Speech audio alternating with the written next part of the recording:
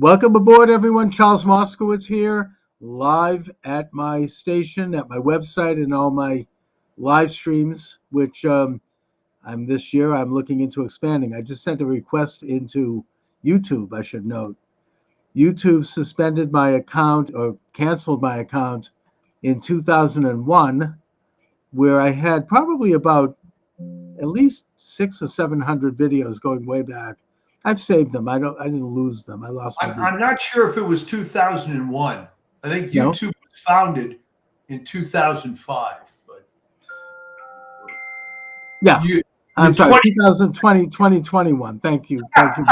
but knowing you, they would have kicked you off before they even started. Exactly. That would have been Yeah. historic.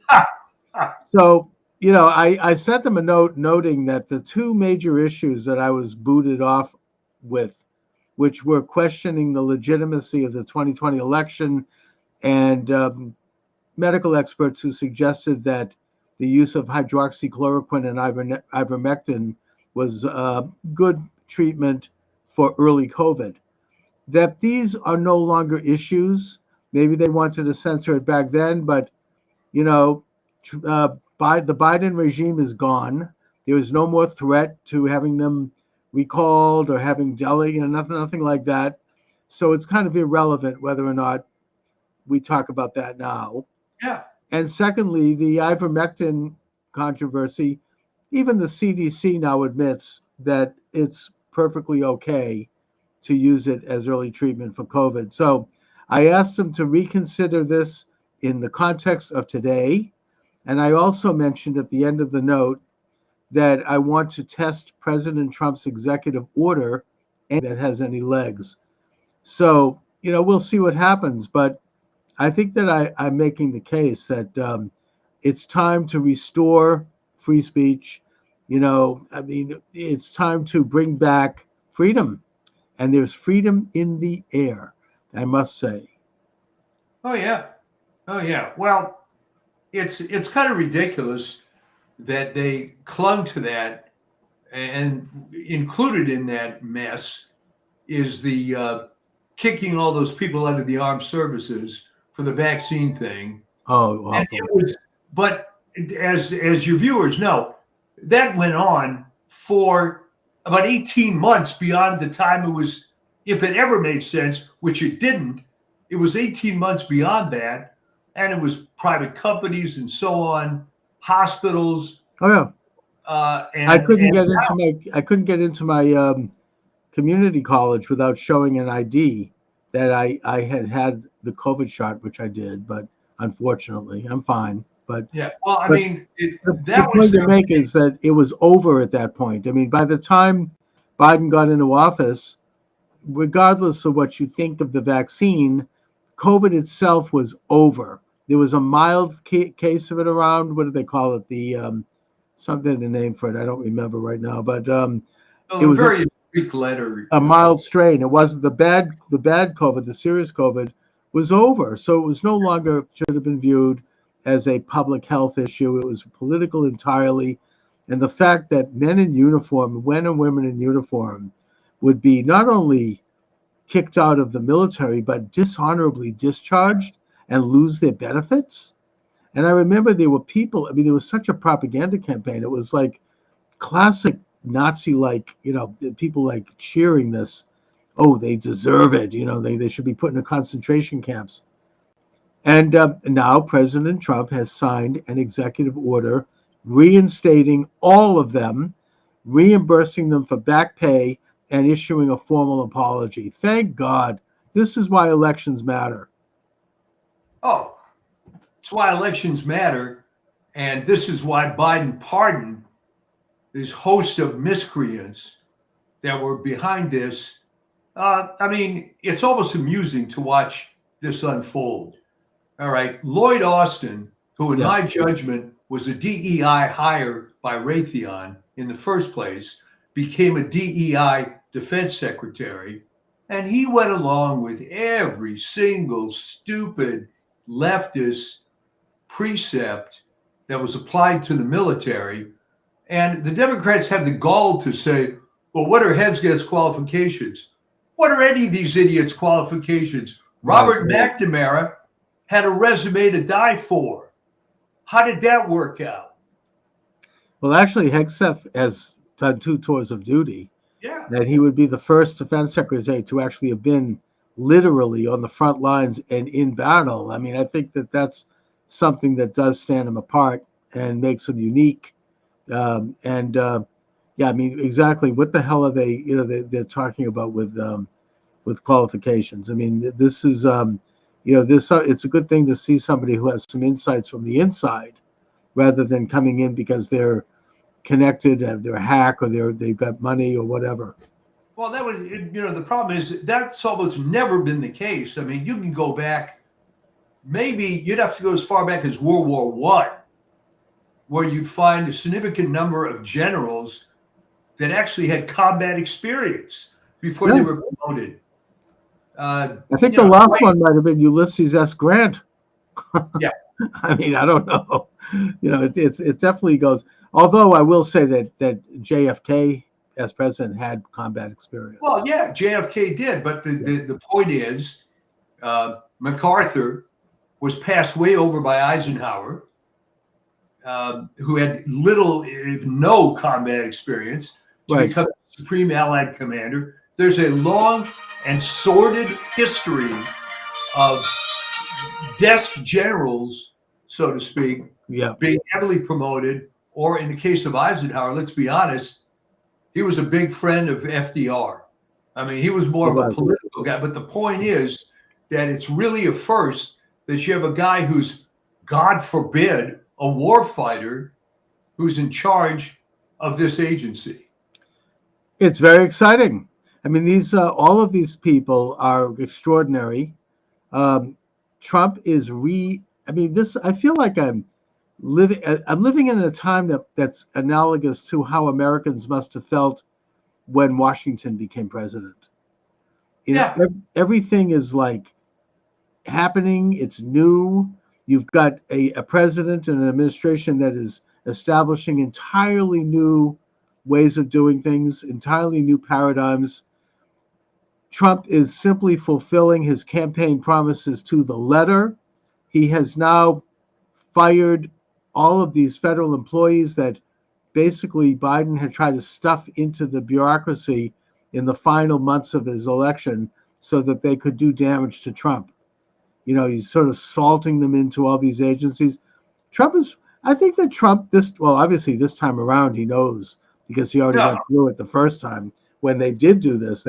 Remember the Vindman brothers? I mean, these people were all put in there by Obama. They were like booby traps. They were little bomblets that would go off at the right time. Trump knows this now, and he is cleaning house. I mean, he's utterly banned the DEI bureaus that were put in by Biden. He's taking on all of these political people who claim they have, civil service protection when they don't, because they've been in there long enough. And he's ordering people. He signed an order ordering people to go back to work. And it's just incredible. I mean, I feel overwhelmed almost when I look at the news. I don't know which. You almost can't even concentrate right now. You hear one thing, and then I'm thinking about that. And then there's something else that's coming on, and then it was like 56 executive orders the first day. Oh my God! I mean, I think it was 100 orders, and it's just and the other thing it showed on, Biden could have changed at a drop of a hat. Oh dear! Do you need to take the call, Mike? Hi, can I call you back? Thanks. Sorry about that, folks. No, that's okay. Too many things going on. If you need to take a call, you can step away for a minute. All right. It's, one of my old cliches is everything happens at once. Okay. I get it. All these guys showing up at the new house to do whatever, and it's all right now at the exact moment. Anyway. But, so Trump is going to have all of these booby traps and minefields that have been planted, and he seems to be handling it pretty well. He's doing a great job. Here's the other thing. Yeah. Remember this quote bishop that gave that address? I mean, that was no kind of sermon. All right, here's the thing. People like Laura Loomer are saying, boy, how come Trump's people didn't tell him he was walking this minefield? He knew what he was walking into, and he went in there to just expose this crap. All right. We don't Yeah. even have to worry about how far down the Episcopal Church has gotten that Oh yeah. in their primary national cathedral, the clergy person in charge is some radical lesbian. I mean, let that sink in for a minute. But he doesn't. It hurts them a lot more than than anything. Plus, I noticed that after she made her pitch for child sex change surgeries and Yeah. open borders, then she's I don't know if she has a PR person or not, but she's doing a national media tour. All right. And I watched her on with Rachel Maddow, which is probably the best site to watch for that kind of thing. And it's the same old thing. It's like they haven't learned anything. These are the same, don't they, first of all, they obviously don't believe in democracy, because if they did, they would know that Trump won the popular vote. But putting that aside, I mean, it didn't work for them.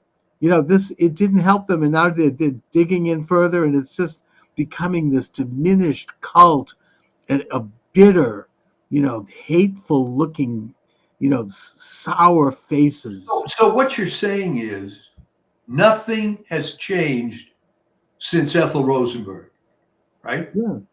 They are haters. They're hardcore commies. Nothing's going to change them. It doesn't matter whether it works or it doesn't work. They have to die for the cause. And the cause is finding some way to divide people. And in the case of Ethel Rosenberg, it was more important to die for the cause than to be alive as a mother for her own children. They're all negative. There was never anything on the left that was ever positive. It was always about tearing things down, destroying things, and just depending on what the hobby horse of the moment was. In 1917 is we have to take down the czar. Okay. In 1964, it was civil rights. In the early 70s, it was women's rights and workers' rights and transgender rights. It's all a bunch of garbage to divide people, but it always has this little bit of panache that we're doing something good, but no good ever comes out of it, does it? Well, they basically leech onto what may very well be, in some cases, good causes. I think like the labor movement was a good cause. Yeah. And the one and only area where I actually give credit to the far left is that they did help organize labor, and that's good. But they did it for the wrong reasons. They did it because they want to overthrow the society and use workers to further their collectivist goals, which are against the interests of workers. But nevertheless, in the process, it's kind of like they get something done. But here they are now. I think it was by accident. And it backfired on them because labor became very patriotic. Yeah. And of course, now they're against labor because they want to open the borders, which hurts the value of labor. And most people in labor unions voted for Trump for that reason. Even Bernie Sanders has admitted that. He said, I could find common cause with Trump on that one. But, the thing is that it's we're at a point where they really, and maybe I'm just, still having this incredible high from the election and watching these wonderful images and the inauguration and watching all of it. I mean, I feel like weeping over this. I mean, it's so incredible that maybe my feet aren't yet on the ground, but yet as I feel right now, I do think that their influence is diminishing in the real sense. I think that they are falling down and that they're not going to be able to get up for the rest of it for at least another generation. Well, the reason it's falling apart is that there's a built-in tendency, no matter what it is they do, no matter what the cause is, they always have to jump the shark. All right. Perfect contemporary example. I don't believe in this transgender crap, but I'm certainly against discriminating against this person as an individual. I Right. mean, no one could argue with that. But what came from that was the men playing in women's sports. And this took on a whole life of its own. It is impossible for them to be clean with any single cause they ever do. I think It that is, would really damage them. I mean, right here in Massachusetts, we had Congressman Seth Molston, yeah. liberal Democrat, as liberal as anyone, make a few mild remarks after the election against men and women's sports. He says, look, I'm the father of 2 daughters, and I am not happy with the idea of them playing soccer with men. And they came down on him like a ton of bricks. I mean, oh my God, he backed off. But the Well, of point course is you that, back yeah, up. I mean, he wants to save his career. So then he votes against this, keeping men out of women's sports bill, even though he doesn't believe it. Well, okay, but that shouldn't have surprised you. I'm sure it didn't. No, it Because, doesn't surprise me, but I think that they're really not winning. He was influenced by this small radical cult that started protesting outside his office in Salem, and also by this national and international agenda that continues to goose step along to these crazy and wrong-headed ideas. And I think that they're losing ground. People are. This isn't even a liberal conservative thing. I mean, people are fathers of girls. They don't want to have their daughter have her well, get a right, but concussion. the unifying principle here is the left hates women, hates families, hates children. How can someone, I mean, forget about abortion, how can you vote against the Born Alive Act unless you just hate children, hate people, hate Yeah. society? And it all stems ultimately from the fact that it's a satanic, atheistic point of view, and it can't reconcile with reality. So that's why it's always burning up. Yeah, I mean, how can they vote against the Lake and Riley Act? Do they want to have violent, murderous, illegal aliens have rights in this country and walk around? I mean, we just had, and by the way, speaking of another success, Tom Homan is doing the job. Oh, yeah. They picked up 300 people on the first day of Trump's term. Yesterday here in Boston, they picked up, I think it was, 19 people. And there's a video of one of these guys, a Haitian drug kingpin who has 18 felonies counts against him.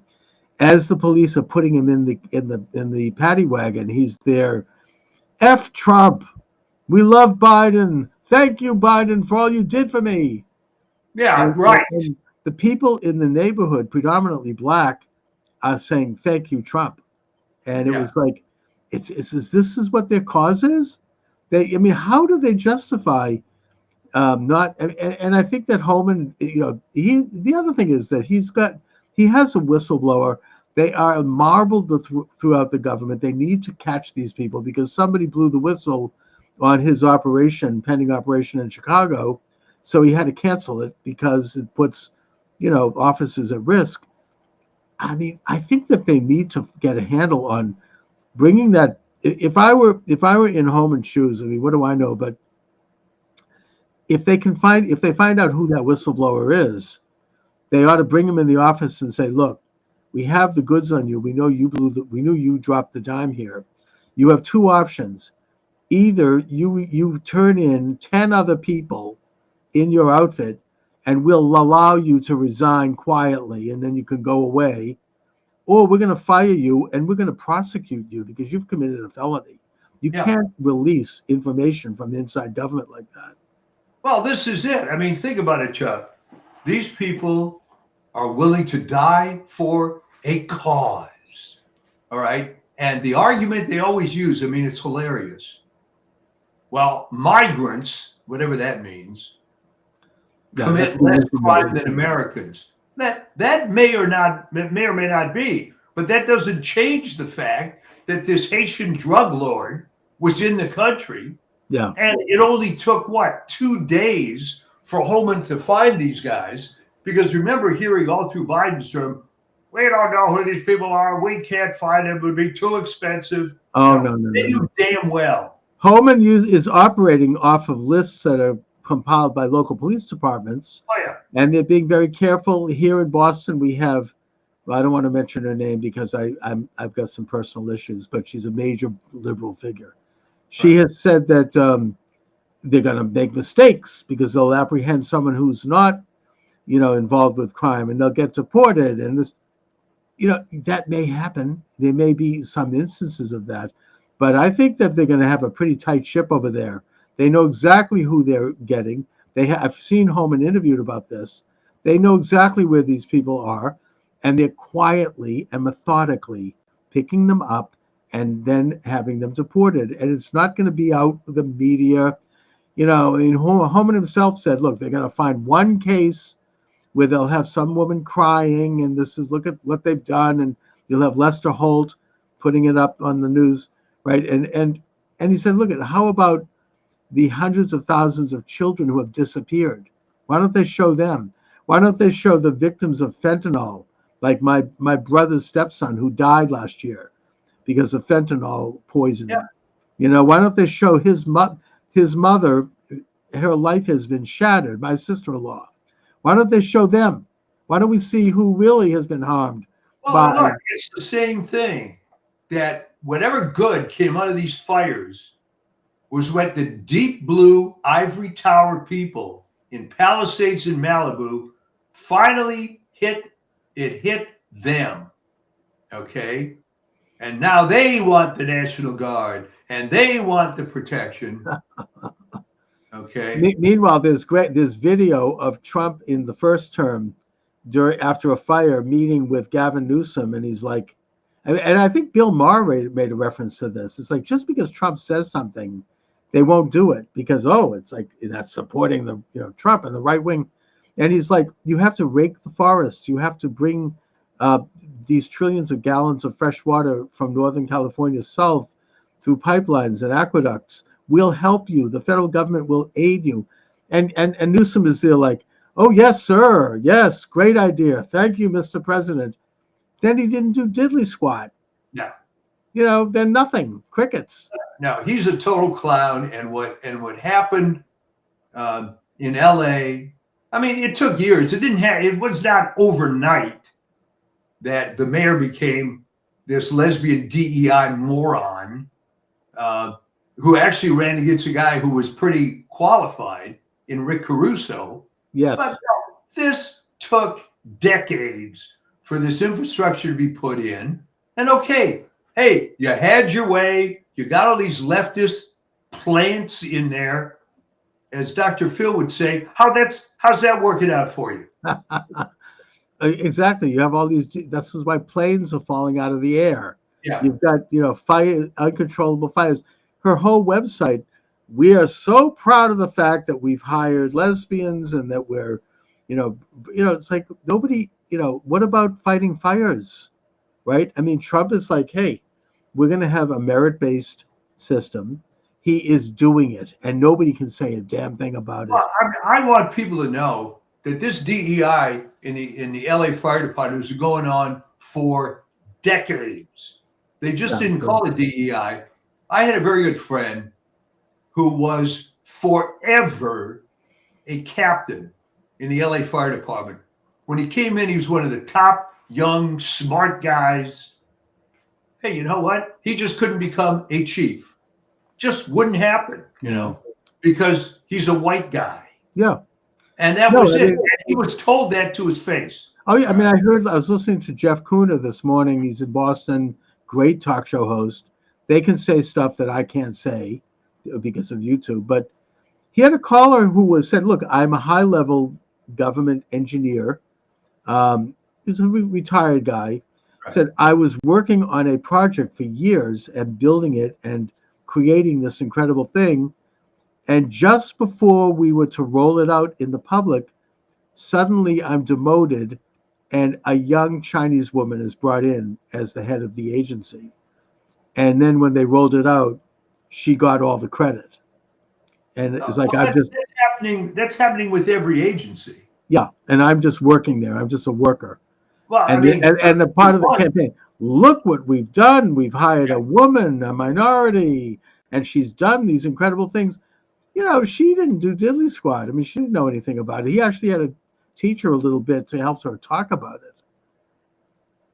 Yeah, well, this has been going on for a long time. The other agency that got ruined is the Patent and Trademark Office. All right. Oh, that used to have, first of all, that was one of the few agencies in the federal government that actually made money, made a lot of money, because you have to pay fees for trademarks and patents. All right. And they had examiners, generally were attorneys with an engineering background in the patent office. And a lot of these guys, you may not know this, that was one of the quote unquote Jewish agencies of the federal government. IRS was one, the Patent and Trademark Office is the other. The Jews are at the IRS. That's discouraging. yeah, that was for a long time. Yeah. But what had happened and GSA, by the way, was also Jewish agency. Oh, that doesn't surprise me. But Jews have a history of being property managers. Yeah. Well, what had happened in all those agencies? How can I put this? When I started dealing with the federal government back in the 70s, I would deal with Sid Goldstein. Then one change came. Then I started dealing with Viola C. Jones. Okay, guess the race on that one. Right. And then after Viola, it would be an Indian person or a Chinese person with an unpronounceable name who couldn't speak English very well. All right. And I've dealt with these agencies since 1975. And so I've seen how this stuff has changed.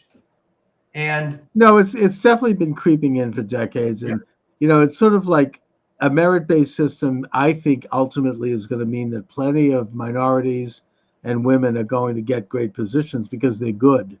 But, the idea of putting someone in there, if you have a quota, it's not going to be because they're good. It's going to, and then there's incentives to do it. And we see the consequences. We see, as I say, airplanes are falling, wings are falling off of Boeing airplanes because of this, right? And you're in the sky, get a hole blown in your plane. This isn't an accident. These are done by people who are just not the best. And if there's one thing we can say about Trump, he does want the best, no matter who they are. He doesn't give a damn. Look at, Scott Bessent, he's gay, married, he's got kids. Trump doesn't give a damn. He wants the best. He's the best economist in Trump's opinion, and he probably is the best. He doesn't look at those things. Bessent himself made that point when he was asked about it in his, confirmation. He goes, yeah, but the point is that that's not why I'm being brought in here. It just so happens to be the case.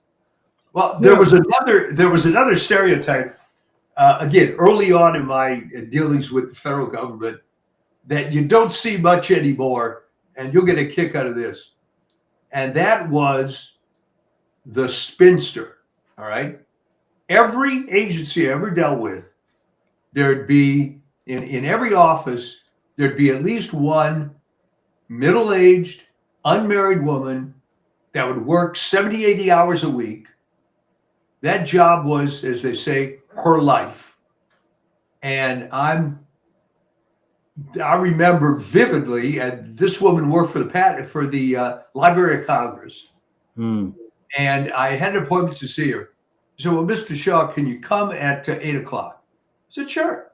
No, 8 p.m. I said, well, yeah, I'll come at 8 p.m. Why would you want that time? Well, everybody else is gone. And we'll be able to get into more detail and not be interrupted. And I found women like that at every single agency. Now that started fading away a little bit. but that was one of the good stereotypes. Yeah, Because you knew if there was someone like that in an office, that's who you wanted to talk to, because they knew what was going on. they were dedicated to it, Yeah. and it was their life. Yeah, It's like a nun, or you know what I yeah, mean? It's like, that's a very good analogy. yeah, and they're incredible people, powerful. Yeah. They run the. I mean, I think that those nuns run the church. Anyway, Yeah, I mean it's well, today I guess is the Saints' Day of one of them, Mother Mary Ann Cope, who people might be familiar with, Father Damien, who went sure. and serviced the lepers in Hawaii. In Hawaii, yeah, Molokai, yeah. He died. Sister Mary Ann, or Mother Mary Ann, they called her because she ran this group of nuns, Yeah. took over. So yeah, there's always been a tradition of service, and it It's continues. a great tradition, and people actually care about they're focused on their mission. I mean, it's I think that, as I said, I mean, Trump wants to get back to that. He doesn't give a damn. I mean, people, I remember, said, I think that Ivanka actually said, we answered a question like, he says mean stuff to women. It's like, no, he says mean stuff to people, whether they're women or men. He doesn't give a damn. He treats people like people. It's not like he's, you know what I mean? It's sort of like an equal opportunity mean guy. That's just, he looks at situations. Years ago, and I urge people to do this, I can't recall the details, but I read the book, The Art of the Deal. And I think Trump played a lot of he was very involved in writing that book, unlike a lot of, famous people who really don't write their book, Right. like Bill Clinton or someone like that, or Obama. And Especially Obama. What? Especially Obama. Yeah. Oh, well, yeah, we know who wrote that book. Yeah. But he really, you get that personality. Like, he's like, this person is great, and it doesn't matter. It's like everything is based on who did something. It's like accomplishment based. And he loves to make deals, and he enjoys the process of making a deal. Speaking of deals, I can't confirm this. I heard this in passing. I don't know if this is true, but there's a lot of danger right now with regard to the internationalist establishment trying to suck Trump into some kind of a perpetual war in Ukraine. Trump has said in the beginning that he wants to have a deal, and he wants to stop the killing. And that basically, as unpleasant as it is, Russia has, captured territory there, and that's that. Ukraine has to suck it up and deal with it. Whereas you have Zelensky trying to agitate. He wants boots on the ground from Europe and from the United States, more money, which is insane. But what I've heard is that Putin has agreed that he should come to the peace table and make a deal. But he put out several conditions, and one of them was that he wants to extradite Anthony Fauci to Russia to stand trial for COVID crimes. Now, when I heard this, I thought of your article, Michael. And I think, that would be like sending Mengele to Tel Aviv, right? It's like, really? That would be incredible. Well, they sent Adolf Eichmann. Who? And Eichmann was sent to Tel Aviv. Exactly. But that's I draw a parallel between that and Fauci standing trial. I don't know if this is true. I heard this. I read this. I think it's a comment made. Let me put it this way. There's a lot of people who want to get Fauci and are not going to be at all deterred by the pardon that he received. Oh, I think that those pardons now are under serious question, including by a federal judge who has weighed in. I don't get his name, but that they're not really valid, because you can't just pardon someone for something they might do in the future, or if they might get charged with. A pardon has to be connected to. Well, that's what I always thought. Oh, I mean, there's one single exception to that, And that, of course, was the Ford pardon of Nixon.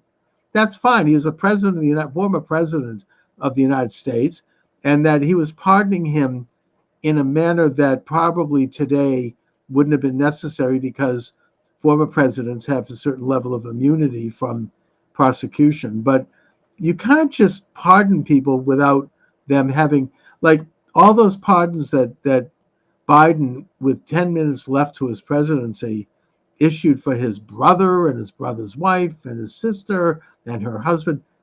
They're not valid because those people have not been charged with a crime. Yeah. They're not being prosecuted. There's no investigation of them. Now, maybe the Hunter Biden pardon may stand up because he actually was convicted of a crime. But the rest of this stuff, and Fauci and Milley, they don't have any legal standing. This is being, even liberals are. Oh yeah, it's like an all-purpose get out of jail free card. Yeah, I mean, even liberals are not happy with this. I heard even Jim Braude on NPR here in Boston, who is the biggest hater of Trump, and he's suck up to Biden for years. Even he said he didn't like this, and that to me says something. I've never heard him criticize anything. So I think that, these investigations are going to go forward anyways, that Milley very well may be court-martialed.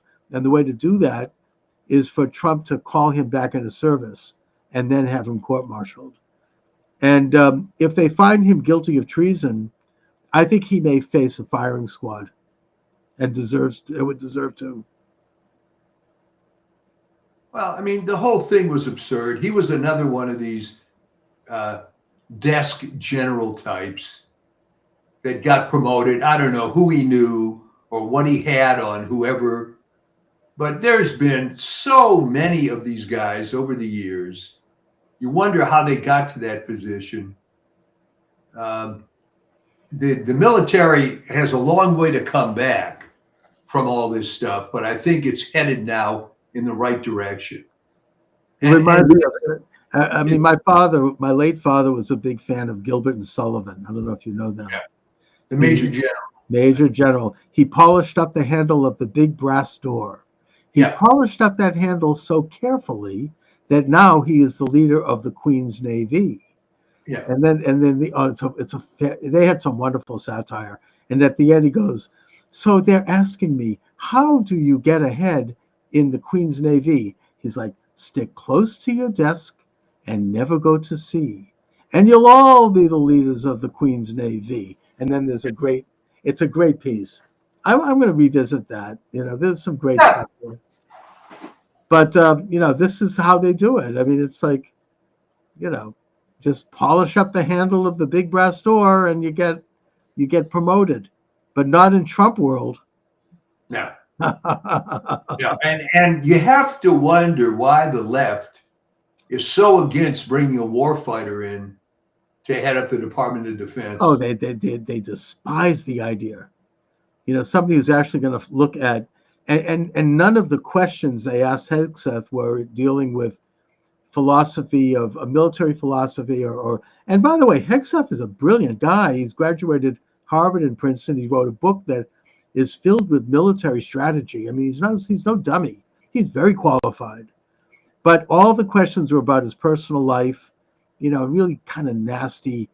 I mean, some of the, I'm sorry if this sounds sexist, and I don't mean it to, but the female senators were literally screaming at him. It's like, really? I mean, it was just bad. And well, I mean, the latest thing was his ex-sister-in-law accused him of beating his wife, and the wife denied that. The wife, not only did she deny it, and she's his ex-wife, so there's no love lost there, but she's saying she may sue this woman. Yeah. She's going to bring a lawsuit. I mean, she's apparently a radical Trump hater and a leftist, and the ex-wife of Trump's brother, and that this is being, and then you have this Congress Senator Jack Reed. They're trying to do another like Kavanaugh. Yeah. And he trots this out. It reminds me of, I mean, do they really think they're going to relive it? I've been saying for a long time, they don't have anything. They don't have anything else. Before we knew that Kamala Harris was going to run, I posed a question to you, which there was no answer. Who do they have on the bench? They don't have anybody. No. If you're thinking, well, gee, maybe Gavin Newsom, what a clown. No, he's gone. His futures. I mean, he's after this. He was always, kind of a lightweight and just a hack. He's a brilliant liar. I've noticed that about him. I saw him on Bill Maher. Bill Maher really covers these things, and he could smoothly lie and with a silver tongue, twist something so out of proportion that your head is spinning and you forget the original question. Very, very skilled at that. But other than that, there's not much going on. You have a state with nearly 40 million people. All right. There's a lot of talent in this state, frankly, both on the Democrat and the Republican side somewhere. Right. How this clown gets to high position, but he came out of San Francisco along with Dianne Feinstein, and everybody that came out of the San Francisco tradition were all these unlikely individuals. Pelosi. Yeah. I mean, but how is it that California now, there's been a poll done, they still would vote for Karen Bass? We're talking now after the fires that are still going on. I mean, with her communist background, I mean, what kind of poll? Okay, who are you asking? I don't know. There certainly are people on the left that are Ethel Rosenberg type haters. Okay, and you know what? We're going to vote for the commie dyke, no matter what. No, I know people like that. Oh yeah, no, you're right. I mean, but I mean, I would imagine that she must have taken some hit amongst the same people out there. Is a very large city, and I'm sure you could go into large portions of LA that you could find any number of people who would tell you, oh, those SOBs in Palisades and Malibu had it coming, and the fire should have gone through Bel Air and Beverly Hills too, and then taken a curb and gone down to Rolling Hills Estates and Palandsburg, because and Brentwood, take it all, sure, yeah. So it's just kind of the same sort of thing that's been going on. You're always going to find people that hate others, and I believe that's what you're looking at here. But I think that their numbers are diminishing, I hope, and that's really how I would hope so. That with the advent of the golden age of Trump, and this is the biggest social movement to happen in this country since Reconstruction. There are several social movements that have occurred in this country that have had indelible marks on our future and that lasted for generations. I was thinking about that this morning. I mean, obviously the first one is Washington, the establishment of the Republic, and the generation that fought the Revolution. I think the second one was Jefferson. The third one was Jackson. And I would argue Lincoln. I know some people, he's gone out of favor, but it did lead to the abolition of slavery, and that it did create, on the less known part of Lincoln was that it was the beginning of the American system of Henry Clay and the Transcontinental Railroad, and it was back to, American putting its own interests first. And then I think that the two Roosevelts, I think, were both leaders in that, including Franklin. Personally, I think Kennedy was. I don't know. Some people, he wasn't in long enough. And Reagan maybe a little bit less so. But certainly Trump is one of those figures that has unleashed a whole new way of thinking, a whole new way of being. He has gone in and he's just doing stuff at a level that everybody is shocked how fast he's working. He's been president for 2 days, and it's like, it's all of a sudden, it's like we have a leadership again. Well, I mean, the shock is that he could get stuff done, putting the lie to, Obama is being hamstrung by the system. No, Obama was just was part of the system. I know this sounds I don't mean to sound racist here, and I'm not being, but I remember a commentator saying that Obama was basically Bush with a tan. Yeah. It's like nothing changed. It was all moving along. This is the establishment, and certainly Wilson was not head of a movement at all. That was an elitist coup. They divided the electorate three ways, and they installed him. That is old. That's like the people that ran the Biden regime. But Trump really represents a major way of thinking that's changing.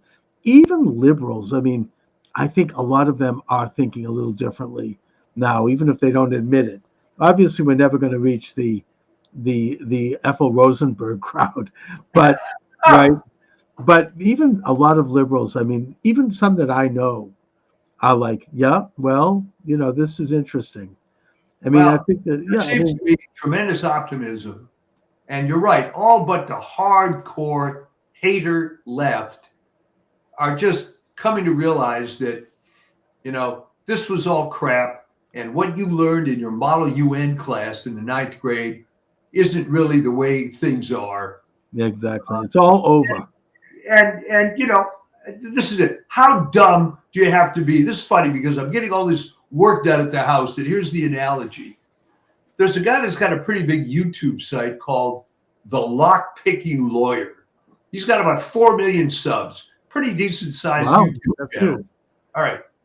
His whole thing is he makes it look easy picking locks.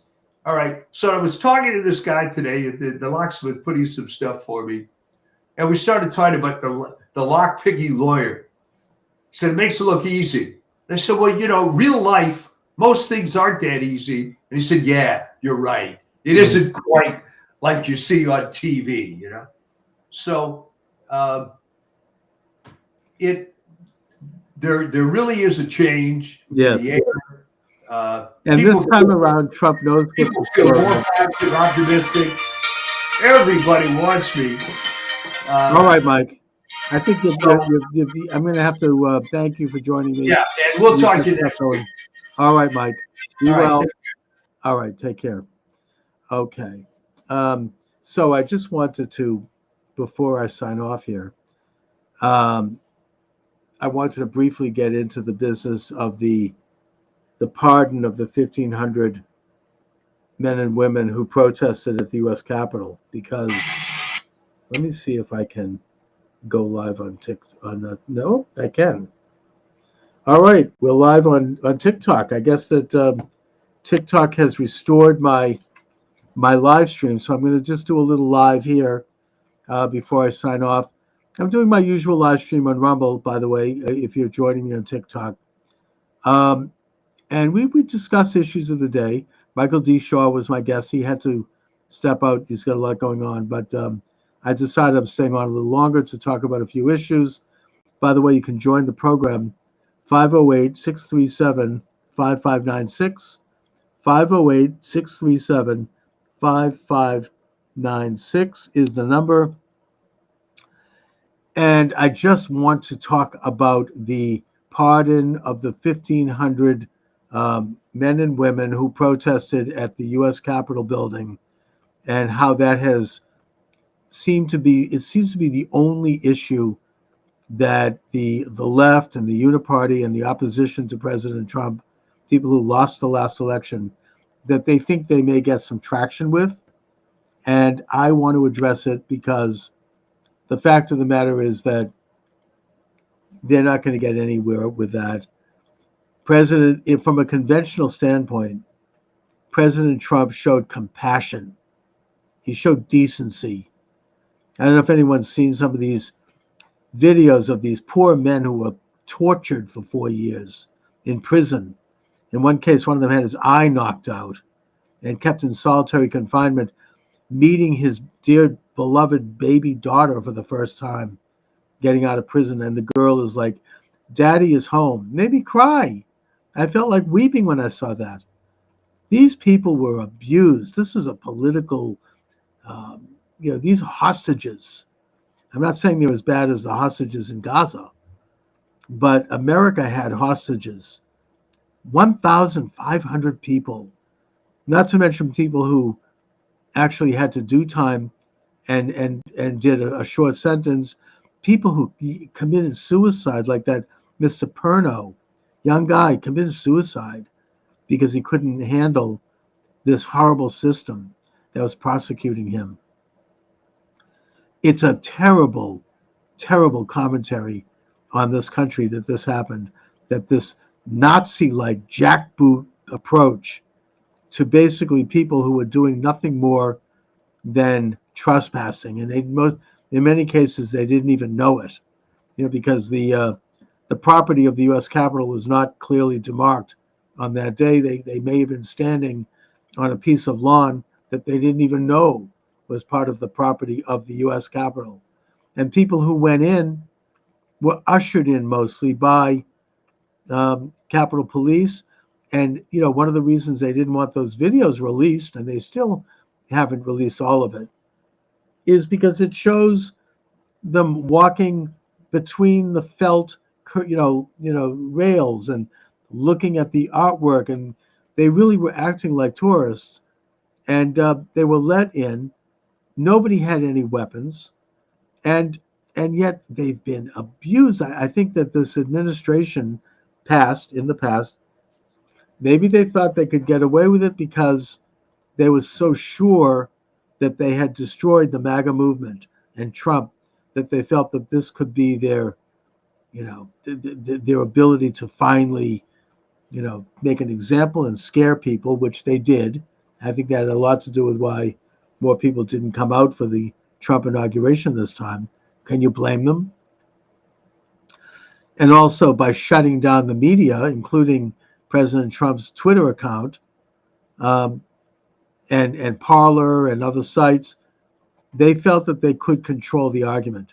They felt that they had the upper hand in terms of censorship when they didn't, because people found other ways to communicate. And in spite of this massive campaign against President Trump, including attempts to shoot him, and they did shoot him, and bankrupt him and put him in prison for paperwork and bring up accusations that were ridiculous, he still won. Thank God he still did it. He did it with very little money spent, and they could not stop him. So I think that with all of these factors, we ought to put this event of January 6th in its proper context. Hi, Dominic. How are you? What up, my guy? Charles, how you doing, my guy? I'm good. What's up? Harry Sisson for president? Seems a little soon to be running for president, I guess, but why not? For president? Yes, it says behind you. You sure about that? Yeah. Look, your background, it says Harry Sisson for president. Did somebody put that up there, or maybe you did? I don't know. What's going on? Charles, are you trolling me, Charles? No, I'm looking at the screen. You sure? Yes, I am positive. Do you wear glasses? I see what I see. Listen, maybe somebody else has put that over you and you don't know it.